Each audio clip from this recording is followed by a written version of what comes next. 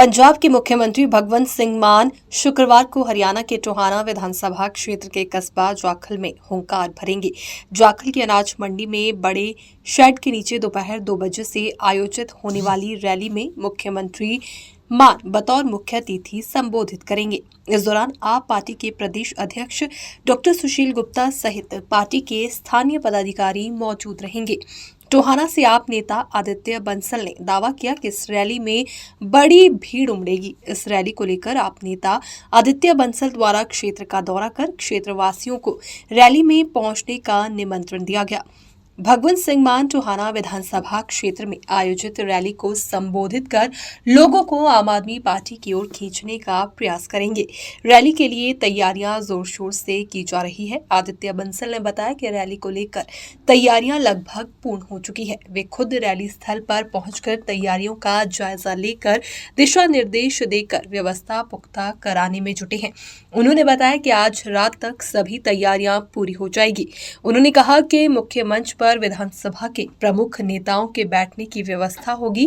Rally में आने वाले लोगों के बैठने के लिए पुख्ता व्यवस्था की गई है। रैली को लेकर कार्यकर्ताओं में जोश बना हुआ है।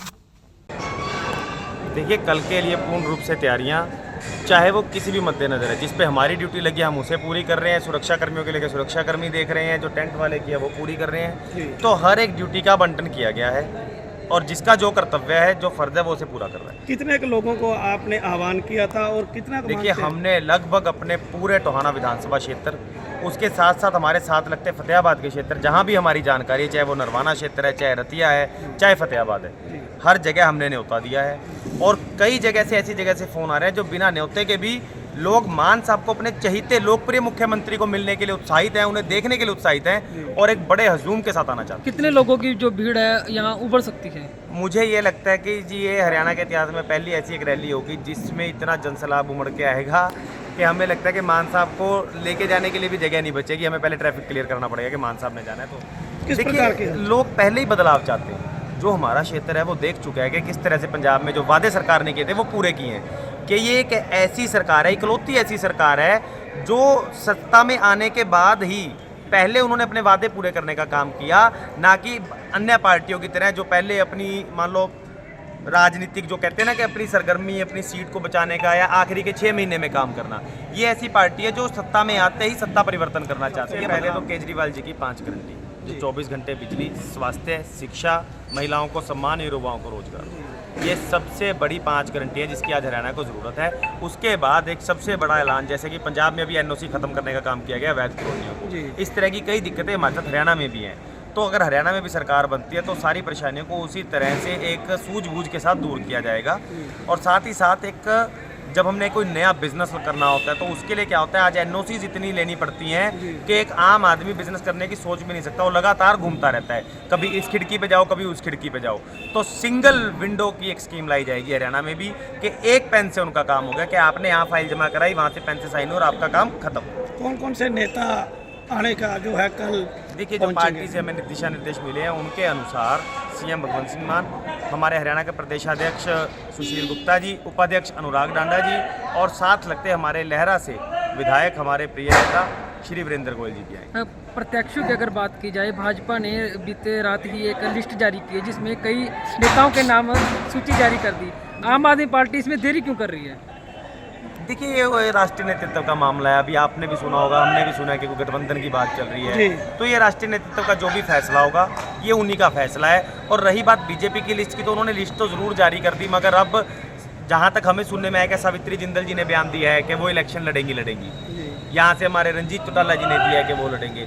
तो ये लोगों में एक रोष देखने को मिला है कि किस तरह से बीजेपी ने बाहर से कैंडिडेट ला के, जो भी इन्होंने कहने को तो जेजेपी से गठबंधन तोड़ा, मगर जेजेपी के सारे नेता अपनी पार्टी में ले लिए और उनको टिकट दे दी।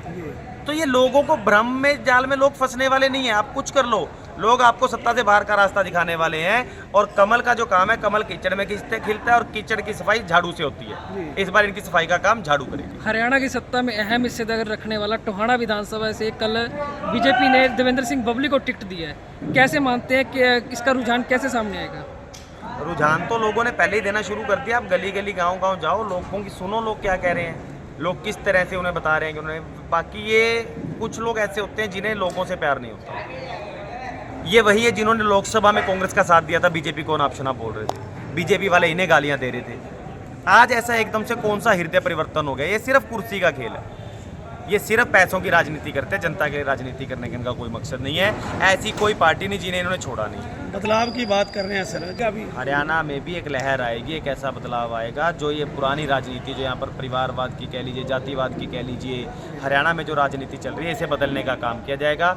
और हरियाणा में पहली बार काम की राजनीति होने जा रही है कि लोगों के काम की राजनीति की जाएगी। जो राजनीति का सही मायनों में अर्थ है कि लोगों के लिए काम करना, वो किया जाएगा, ना कि सत्ता की लालची सरकार। क्या कहना चाहेंगे? देखिए, मैं तो यही कहना चाहूँगा, पहले तो सबसे पहले मेरे पूरे क्षेत्रवासियों का बहुत बहुत आभार व्यक्त करना चाहूँगा कि जब जब मुझे ज़रूरत पड़ी उन्होंने मेरी हौसला अफजाई बढ़ चढ़ कर की और हर बार मुझे आगे बढ़ने के लिए प्रेरित किया।